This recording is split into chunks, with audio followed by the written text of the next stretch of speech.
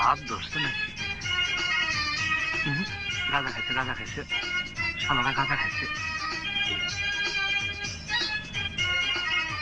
কবি, হ্যাঁ কবি।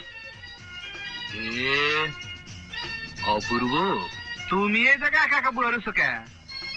উস্তাদ তো আজকার আইব না। আমি প্রচুর পরিমাণে গঞ্জিকা সেবন করিয়াছি।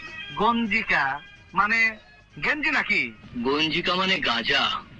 যখন এটা কবি বা বুদ্ধিজীবীদের আসরে থাকে তখন এটাকে গঞ্জিকা বলে। যখন এটা রংবাজ মাস্তান নেশাখোরদের আসরে যায় তখন এটাকে গাঁজা বলে। যখন এটা মাজার বা ফকিরদের আস্তানায় যায় তখন এটাকে বলা হয় সিদ্ধি। এক কলকি বানাবো? টানবে অপূর্ব? পাগল। আকাশে চিল উঠতে দেখেছো? কি সুন্দর ডানা মেলে উড়ে বেড়ায়। গঞ্জিকা সেবন করলে ওইভাবে